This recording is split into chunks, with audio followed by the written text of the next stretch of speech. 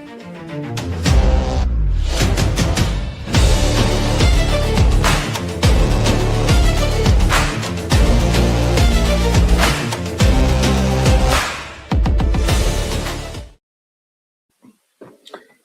evening, everyone. Another edition of our NASCAR Talks here on a pretty chilly Friday night in the Columbus, Ohio area.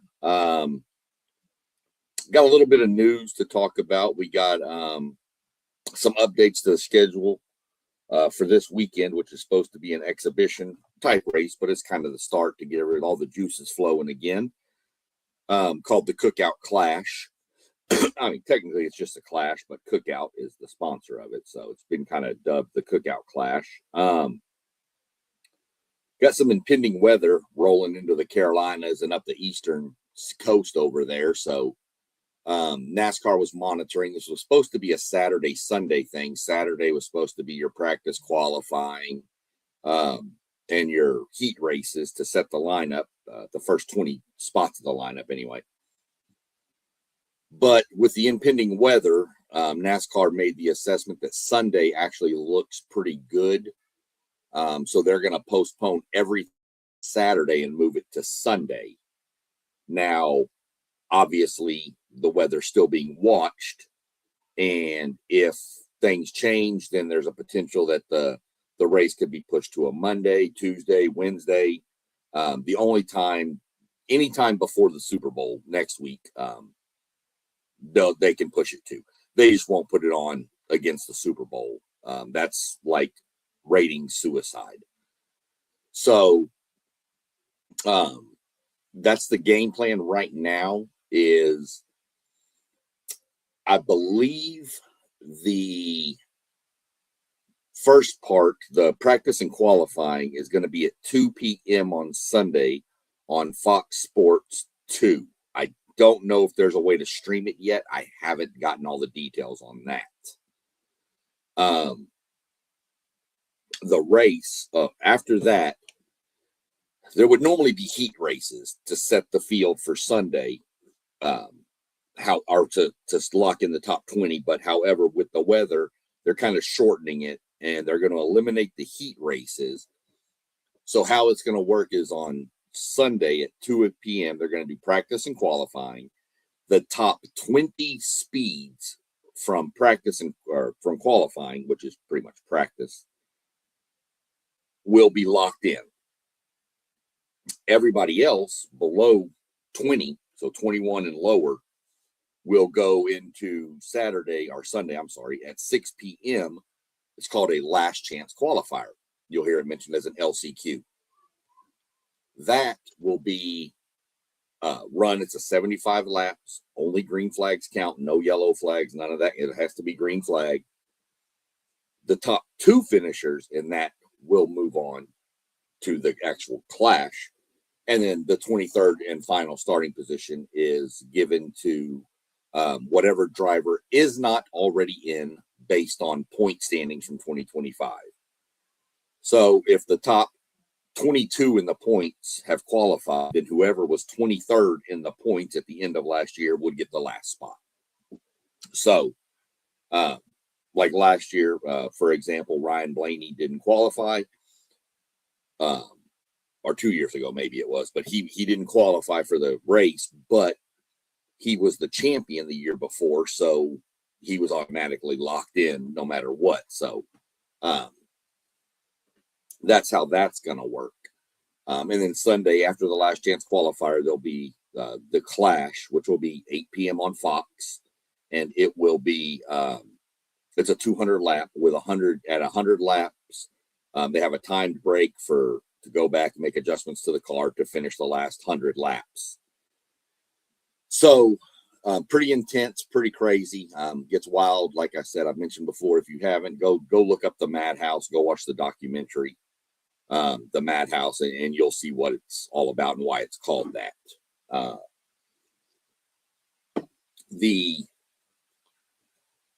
Like I said, the schedule could change. It could go to a Monday, Tuesday, Wednesday, whatever.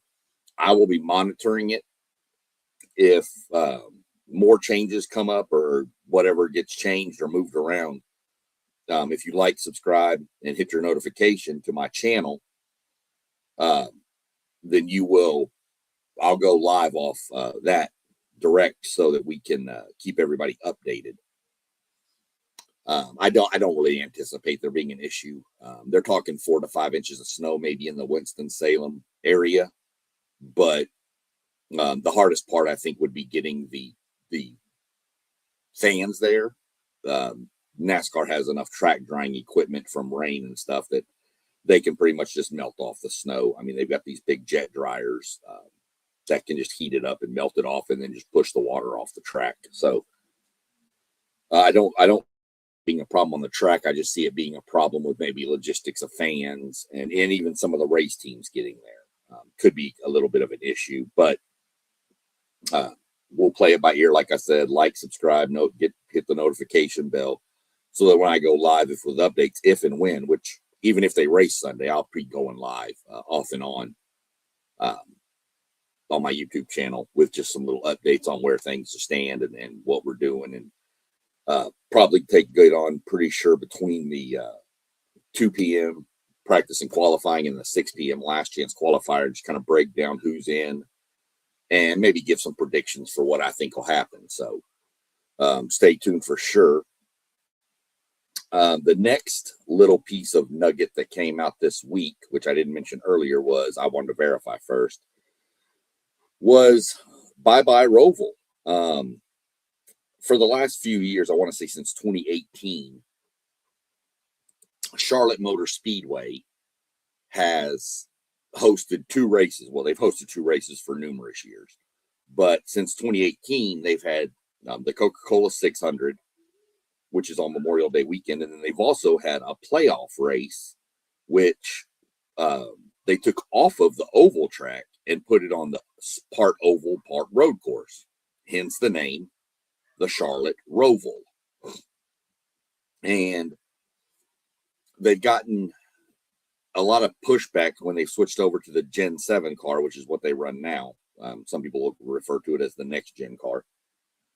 But what they got a lot of pushback because this new car doesn't do as well on road courses / oval rovals or street courses as it does in ovals on the 1.5 miles. The previous car did better on the road courses and worse on the 1.5 miles. So they've made the decision to go back onto the oval for the second race in the playoffs, which I am super excited for. The Charlotte race is normally one of the best races to watch, and the Coke 600 is one of the crown jewel events of NASCAR. That's a long day. That's what everybody calls the greatest day of racing, because normally it starts with F1 at like 7 in the morning in Monaco, and then it switches over to the Indianapolis 500, and then it switches over to NASCAR to close out the night from Charlotte. And you've had a few drivers, Kyle Larson most recently, have attempted both of them, the Indy 500 and the Coca-Cola 600 in the same day. Pretty insane feat. We'll get more into that as we get closer to that day. But that's the best day of racing, and that Coca-Cola 600 is just it's a spectacle to see. It's a very long event, but it is it's one of the best ones to watch, in my opinion. So again, we'll break down more of these races as we go further into the season, but right now we're going to deal with the Clash. So that's where we're at.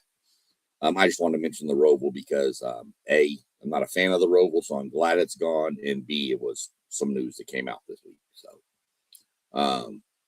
figure we might as well get that on the docket too. Other than that, there's not a whole lot going on right now, obviously, with the season still getting cranked up and with the weather kind of putting in limbo. So not a whole lot going on right now. But I noticed we do have some questions in the chat, which is always great. So Robert, WTP for Life, you can find him on YouTube. He's the one that put the whole WTP Sports Dudes thing together pretty much. And you got, a lot of content over there too to keep an eye on. First off, before we get into that, everybody's channels that is part of us is scrolling across the bottom of the screen down there. Y'all, like, subscribe, like I said, with the notification button on my page, hit that little bell. You'll know when we go live. We try to do something almost every night. Sometimes, take a little bit of a break, but we're getting cranked up pretty good. So go follow and like all the channels. You'll a little bit of different content on each channel. So, but Robert wants to know, how much does the weather impact the excitement of the Cookout Clash? And he also says, or do racing fans just say the heck with it, it's racing time?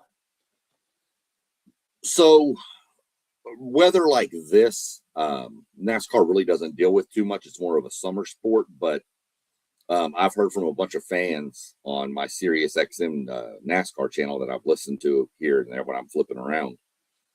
They've said they don't care. They're going to pack. They'll put layers upon layer upon layer on. They don't care. If they're going to race, they're going to be there. The most weather NASCAR normally has to deal with is rain. And rain will push some people out of the stands more than probably cold or hot. But NASCAR has also got to the point that where they will now run on a damp track, not a soaking wet track or a track pouring down rain. But if it's damp after the rain stopped, they'll still use the jet dryers. And when they get it close enough on certain tracks, not all of them, by the way, not on the big Daytonas and stuff, they're not going to do it on because it's just too dangerous. But on the smaller tracks and stuff, the short tracks, the road courses, they will go to a wet weather tire package and race on a damp track. It doesn't take long when you get, 36 cars with all that heat coming off of it to dry a track pretty quick, actually. So yeah, weather like this with snow, if it has an effect, I think it's going to be more on travel to get there. This is Bowman Gray Stadium, which is very, very, very small. So it's hard to, it's not like the big tracks where you've got all this huge wide open asphalt to park where they can just clear the snow off of it. This is a little more out in the middle of nothing and kind of hard to get in and out of. You can imagine a track that size and a little, so I think that would have more of an effect. If it was just cold and no snow, it wouldn't affect the crowd at all. They'd be bundled up. Like I said, you'd see them with 5-6 layers on. They'd be out there. Race fans are some of the craziest. Football fans, you've seen them up in Lambeau Field, Soldier Field, shirts off and all this stuff. There's no difference with NASCAR fans. There's always some crazy ones in the bunch, but most of the time weather doesn't have an effect on anything to keep fans away. Does NASCAR treat the racetrack when they know snow is coming like the cities treat the city streets before a snowstorm? No. To the best of my knowledge, no. They just let it handle it. You don't really want to be putting more chemicals down or anything down on the track that could affect the racing surface in certain spots.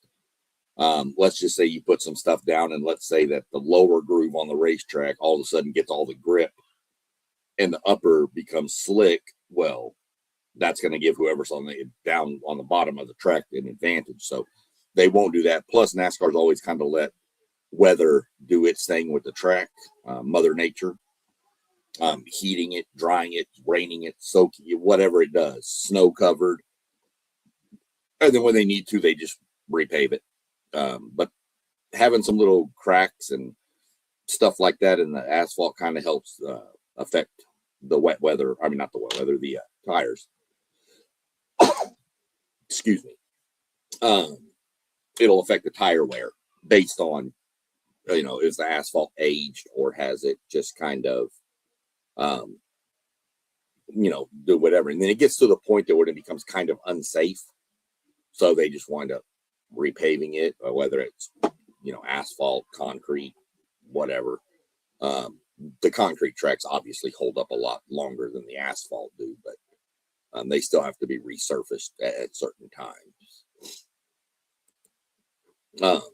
This is a really good question here too. Do drivers pull out of this event due to the weather? No. A driver will never pull out of any event for weather. Drivers are crazy. They will race. If you told them, there was a prime example. There was a few years ago, I should say, they were racing in Daytona. And if you've heard me talk, Daytona is a 2.5 mile circle or oval track. So it's huge. It was literally raining in turn 1 of the racetrack, but not in turn 3. And by the time they had come around and had realized it was raining in turn 1, it was too late, and the cars were coming in and the drivers were sliding and wrecking everywhere. Fast forward a couple of years, I want to say maybe 3 years ago, maybe 4. Could have been longer than that too, but they were racing at COTA, Circuit of the Americas, down in Austin, Texas. And they raced, and it was pouring rain. And you can go back and watch videos of that race from the windshield. My driver at the time was Kevin Harvick. I couldn't see out of his windshield.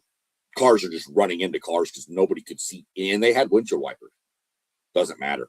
They were just plowing into each other left and right in the rain, but yet no driver pulled out. Cold weather, hot weather. Drivers don't get out of the car. They will get out of the car, but the way NASCAR works is to qualify for points, you have to start the race. Whoever starts the race, if like say you start the race but you've been sick all week, long as you go around and start the race, you can climb out of the car and somebody else can climb in, but you'll still get, they'll still get the points. So, but now if you like are really sick and you can't start the race, then that can affect your chance for the playoffs because technically you did not start every race. You can actually just be eliminated from the playoffs at that point. So there's a little bit,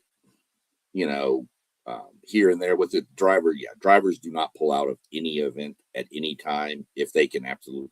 I've known drivers a couple years ago, Kevin Harvick, they had an off week and he went over to Italy to watch his son race over in Italy and slid on some stairs and cracked and like fractured a couple of ribs.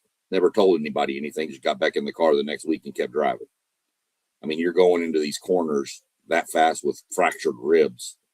If you ever had a fractured rib, I mean, even breathing hurts. So you can imagine driving a race car. Guys have driven with broken legs. Guy drove with a broken arm. Whatever.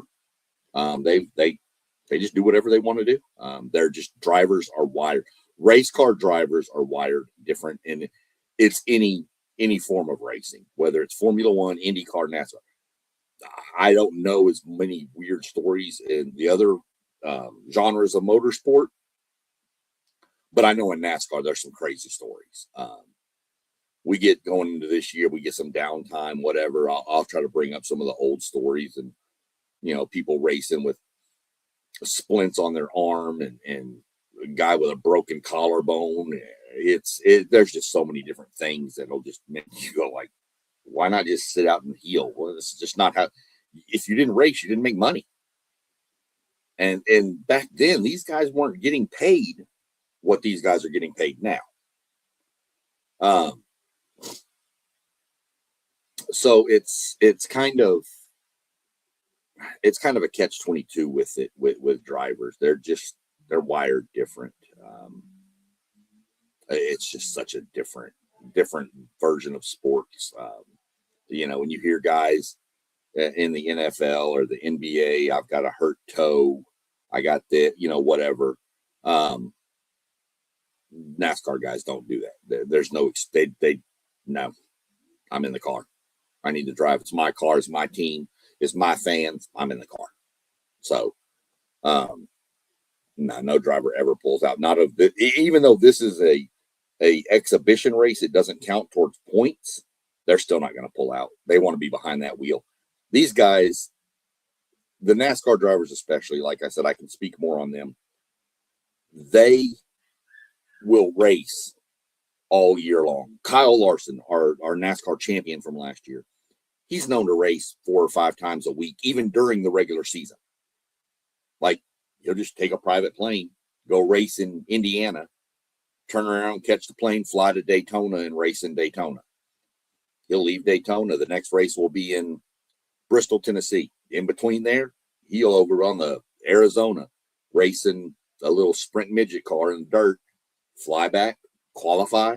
He's been known to fly back and qualify, turn around, fly back to run the main event, turn around and fly back and run the race the next day. These dudes are wired different. If they're not behind the wheel of something, I think they lose their minds. Honestly, if you can't give them a vehicle to drive fast on a racetrack somewhere, I think they will actually lose their minds. But they tell you it keeps their racecraft. It keeps them on point driving, and they drive multiple different styles of cars. Late model stocks, midgets, sprint, whatever. Drive it all. Don't care. But it hones their skill. So never pull out of not this event or any other event. Might be the best comment I've ever had on one of my podcasts. Race car drivers are crazy. Yup. 100%. People, I tell people this all the time. You think they're not? Get in your car and drive. Go somewhere where there is nobody else on the road, please. Get that car up to about 100, 110. Tell me how it feels. Tell me how you feel. Now increase it. Go to about 160. And then take a left-handed corner around the track. You can put banking on it. And you tell me how you can do it. Not to mention, there's a concrete wall, a catch fence, and 36 other cars all around you. And anytime you buckle into that car, Moss, you just covered it. There's a possibility of a fatality.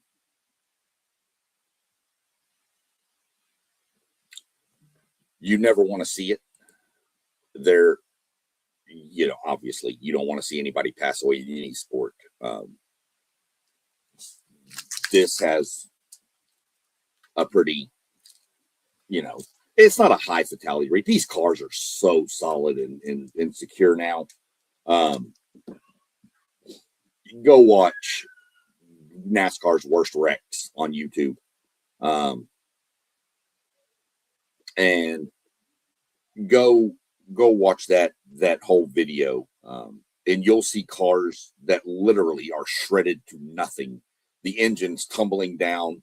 The rear axles are rolling across the track. You'll hear other drivers come on their radio saying stuff like, "Oh my God, these are other race car drivers." And the guy's back in the car the next week. They are the craziest. And that's not just NASCAR drivers. Formula One, IndyCar, they're all wired different. You can say you're an adrenaline junkie. Get in a car and tell me you're an adrenaline junkie. It's a whole different ball game. If you've ever driven 100 miles an hour, you can see how fast things go past you. These guys are almost doubling that with other cars around them. So it's a very crazy sport. But like Moss said, knowing the possibility of a fatality, how hard is it to watch as a fan? It's not, because it's so rare. Used to be a lot more prevalent back in the day, of course. But back in the day, these guys would drive with their arm on the window like we do going to work or in a residential area. They had their arm hanging out the window. Half of them were smoking. Literally smoking during the race. Okay, with their arm out the window. There's videos of Dale Earnhardt Sr., who with windshield, it was cool one day, or hot, I don't even remember, but they have, the windshield was fogging. He couldn't get it to clear. He climbed out. This is before the window nets. He is seen going down, holding the wheel with one arm and leaning out the window with a rag wiping the front of the windshield off so he could see. What are we doing? This is under caution, so don't get me wrong. He's not doing this at 180 miles an hour, but he's under caution at about 40 miles an hour, 45, hanging out the window, wiping his windshield off with a rag so he could see. Yeah, they're wired different. Uh, but no, it doesn't. I mean, like I said, it's so minuscule. Um, the fatality rates now. I've seen some of the worst wrecks ever in the past probably 10 years, and everybody gets out and races, the next week. Sometimes they're out maybe 2 weeks if they've broken bones or whatever. But yeah, it's very, very low. But the chance is there. I would say that the chance is probably greater in an Indy car or an F1 car almost, just due to the open concept of the cockpit. But they now have that halo that sits above the car that isn't going anywhere. You would think it would crush under the weight of a car. It doesn't. It holds up. So those are even a lot more safe. NASCAR,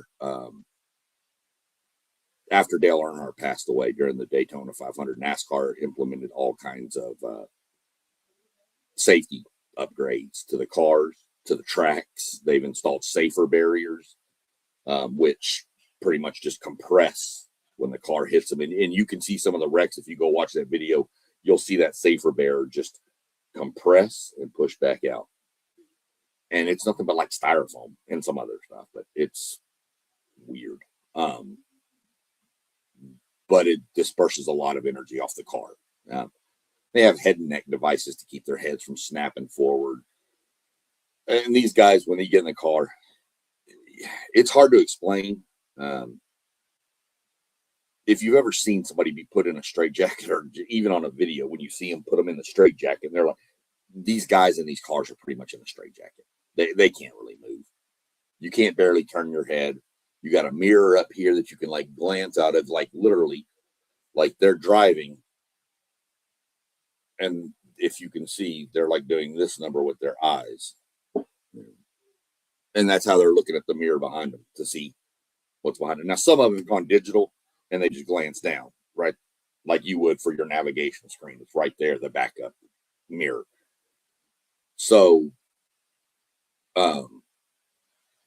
it's just, it's crazy. Not gonna lie, but I find it super thrilling. What other questions we got here? What is the significance of this racing event? Absolutely nothing. I mean, absolutely nothing. Unless you're a gearhead, NASCAR head like me, or one of the race car drivers. Nothing. Fun. Drive around track, get kind of the feel going, get used to getting bumped, get used to bumping. Nothing. Fun. Like I said, gets the juices flowing. Get back in the car, get the feel, start getting used to talking to your spotter again. Just kind of the norm. And then park the car at the end of it, take a week off, watch the NFL Super Bowl, turn around, head to Daytona, crank it up Wednesday down in Daytona. Wednesday to Sunday, down in Daytona. And from that point, 36 weeks. This year it's 36 races, 38 weeks. So there's going to be 2 off weeks this year. Normally it's just 1, but this year they got 2 off weeks. So yeah, 38 weeks, which is, 9 months. It's a long season.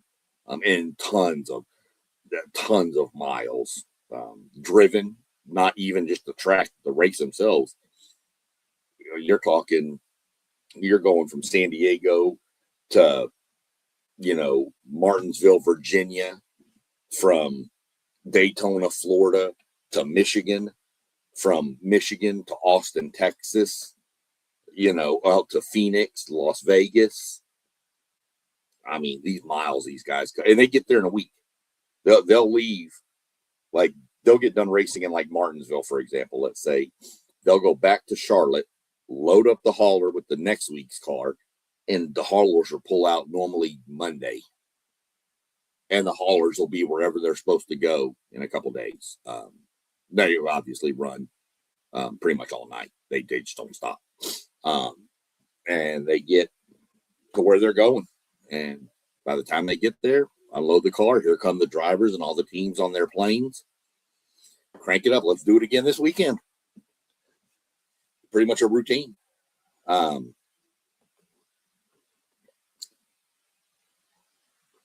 see. Where are we at here? We saw the race car drivers are crazy.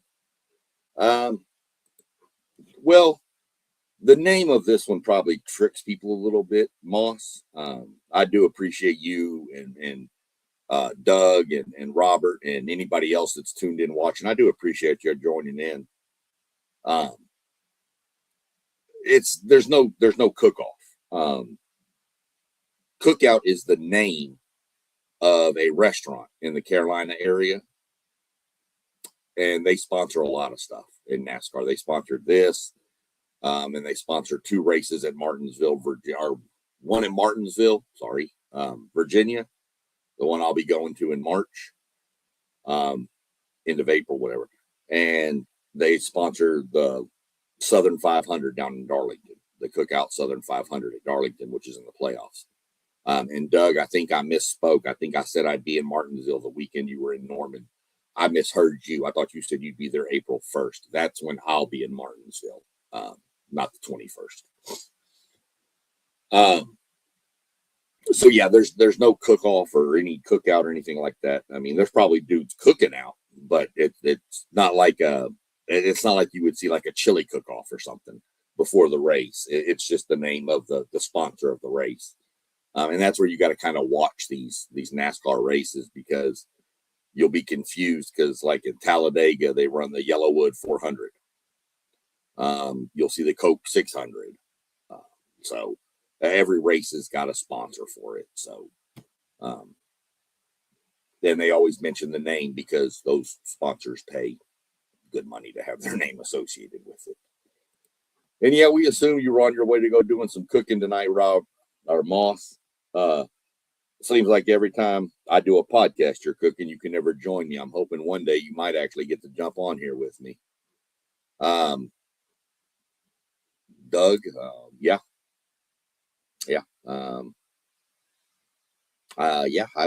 I'm gonna get a taste of it. I'm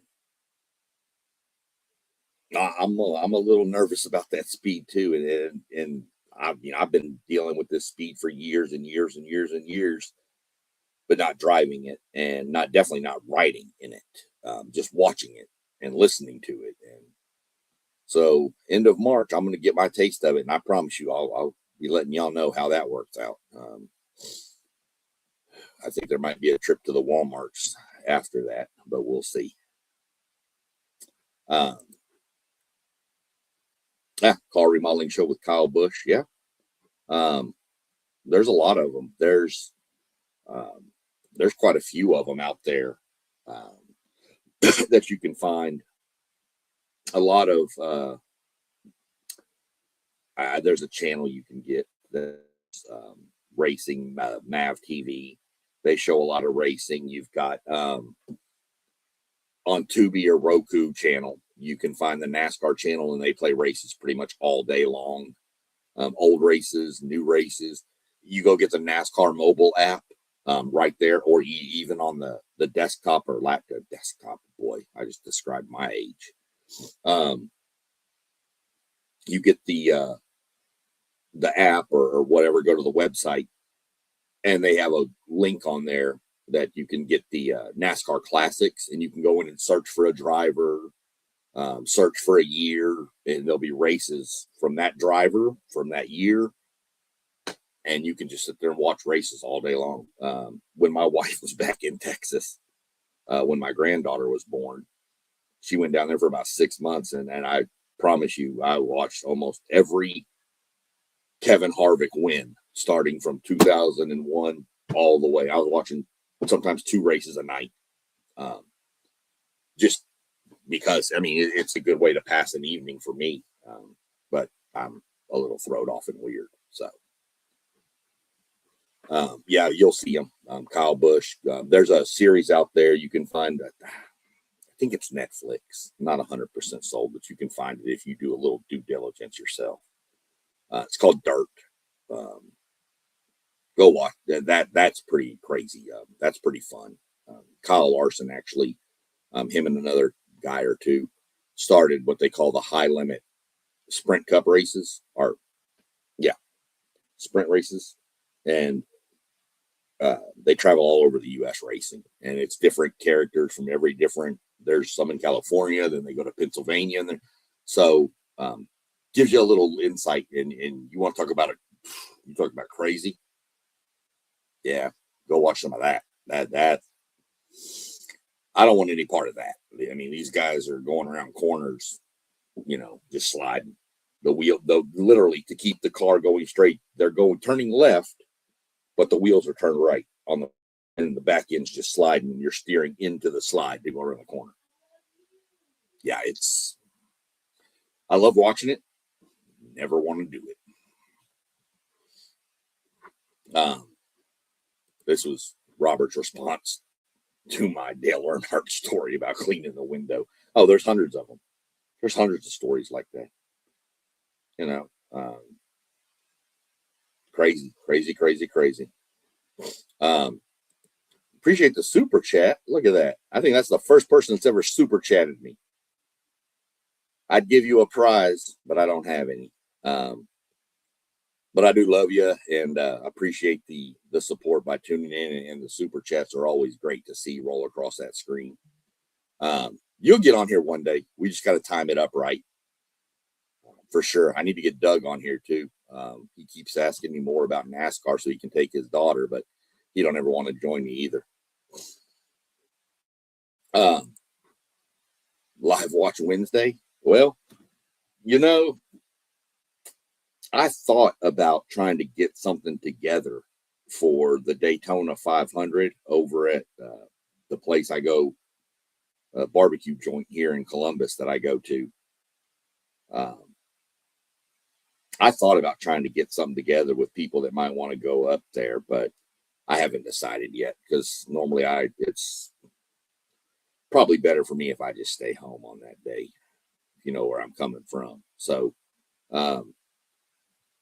it's something I've thought about. It's hard to do a watch along with NASCAR because there's so much action that you can't hardly keep up with what's going on while talking to people online.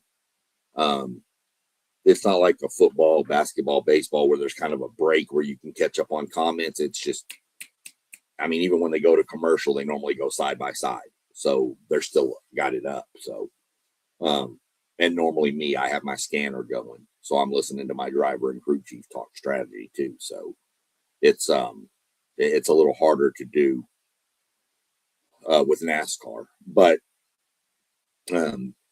again, if they race Sunday, then Monday night, I'm probably going to turn Monday night into my NASCAR recap day. Haven't decided yet. I'll talk with Robert and the other guys on the group to make sure I'm not stepping on anybody's toes. Monday, may do a recap Monday and a preview Wednesday.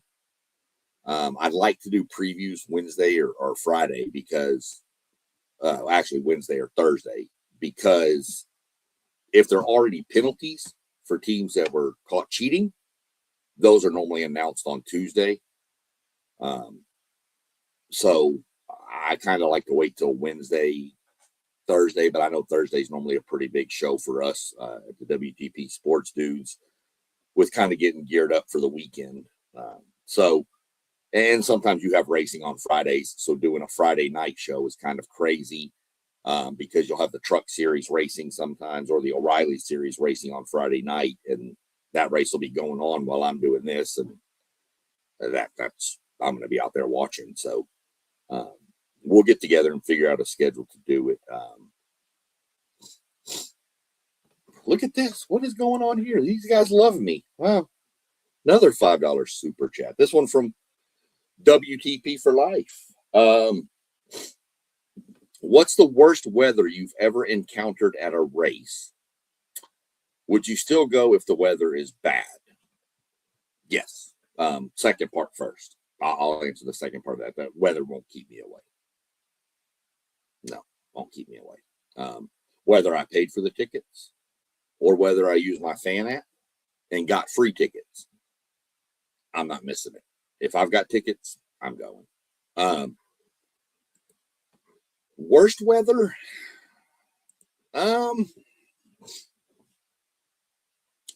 had to be years and years and years ago. One of the first few races at Texas Motor Speedway.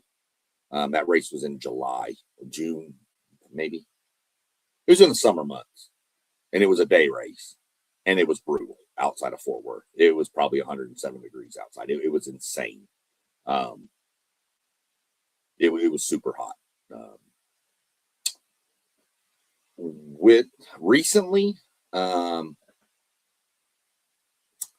really haven't had any bad weather. I mean, we went to Michigan last year, me and my wife, and it was nice and cool. Every day we were up in Michigan, we were there. We went like 3 or 4 days ahead of time. It was nice and cool weather, great weather up there. And then all of a sudden, something happened on Sunday, and it was nice. We were walking around doing a little shopping, like y'all heard my wife mention. All of a sudden, race kicks off, and it just becomes brutally hot. I mean, hot. To where my wife had to go down underneath the stands because she felt like she was fixing to have a heat stroke. She went and sat down in the shade and cooled down and drink some water underneath. She missed half the race because she was just hot. It was that hot. And it was just insane because it had been nice and cool every day we had been there. Weather, those are probably the worst circumstances I can give. The other one was when I was at the race in St. Louis with my son a couple of years ago. First race I took him to, and we were getting ready. Literally, I mean, they got the cars out. They did, I want to say they did a couple of laps, maybe 10, 15, and they threw a caution flag. And it's because there was lightning detected near the racetrack. Then it turned into a tornado issue where there might be a tornado or a warning or something. So the race was postponed for 2 hours, 3 hours, and we're just sitting there. And I was like, I almost actually thought about leaving because I wasn't sure they were going to get the race cranked back up. But they did, so it all worked out. But that was pretty rough, just sitting there for a couple hours waiting. I'll tell you, NASCAR is an event that if you go to a race and it is rained out, as long as you have your ticket, which most of them kept on their phone, but if you still have your race tickets or whatever, 90% of the time, 99% of the time, if they run the race like the following day on a Monday, your ticket's good for that day too. There's times where NASCAR, because the race was postponed to like a Tuesday, believe it or not, they just opened the track up for free, and anybody that was nearby just walk on in and watch a race for free. If you had tickets, you showed them and you got in anyway, but just let people in. It's like I said, it's it's the best sport for a fan, in my opinion. And I've been to all the different sports. There's nothing close to the way NASCAR treats their fans and the way the vendors and the drivers and the teams treat their fans. There's just nothing like it. I mean, you can go to a football game and games delayed for hours and hours and hours. You can go to a baseball game, a thunderstorm breakout in the 6th inning, flood the field. It's a Sunday, so the teams are leaving to travel for the next game, and they call the game, and the game's official because it's been an official game now. You just got to see half of a baseball game, and you're done.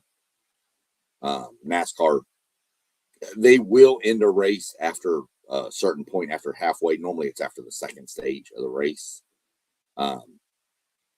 Rarely does that happen. NASCAR monitors the weather really, really close, and they try everything in their power to complete a race, whether it means pushing it back a day or pushing it earlier in the day.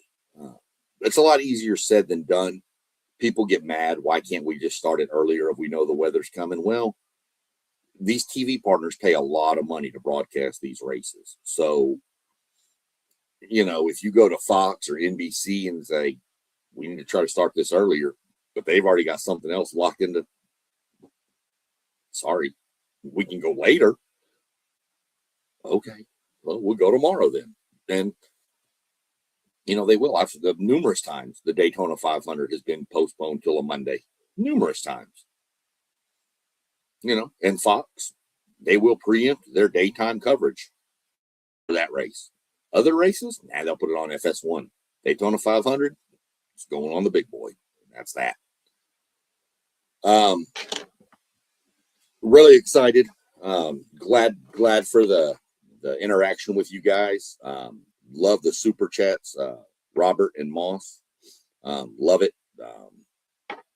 Everybody else, anytime. Like I said, subscribe, hit the notification button for us on all of our channels. That's not just me, SEC Sean. Hit it on Mossberg. Hit it on, which is Level Up Sports 10. Hit it on Robert, WTP for Life. You got, Post Game 86 podcast. You got Parlay Poe with the Blitzburg podcast. You've got City League TV. They do Facebook, YouTube, cover all kinds of stuff, local kids, high schools, middle schools, bowling, wrestling. If there's badminton going on somewhere, they're probably covering that. Knowing T1, that dude goes everywhere. Moss it helps him out with it too. So shout out to you for doing that for the kids, both of y'all. You got One Take Zay. He used to be FanDuel Zaya on here. He's now One Take Zaya. Rebranded himself. I'm sure he's getting some content loaded up and ready to roll. So definitely subscribe, hit the notification. Like I said, man, we're here for all you fans out there. We'll talk whatever y'all want to talk about. Obviously, super chats get moved to the front of the line on all of our channels, no matter whether it's mine, whether it's Robert, whether whoever. Super chat moves right to the top of the line. You will always get your name shouted out on here. And, we're just we're a bunch of sports dudes trying to grow something here and just having fun.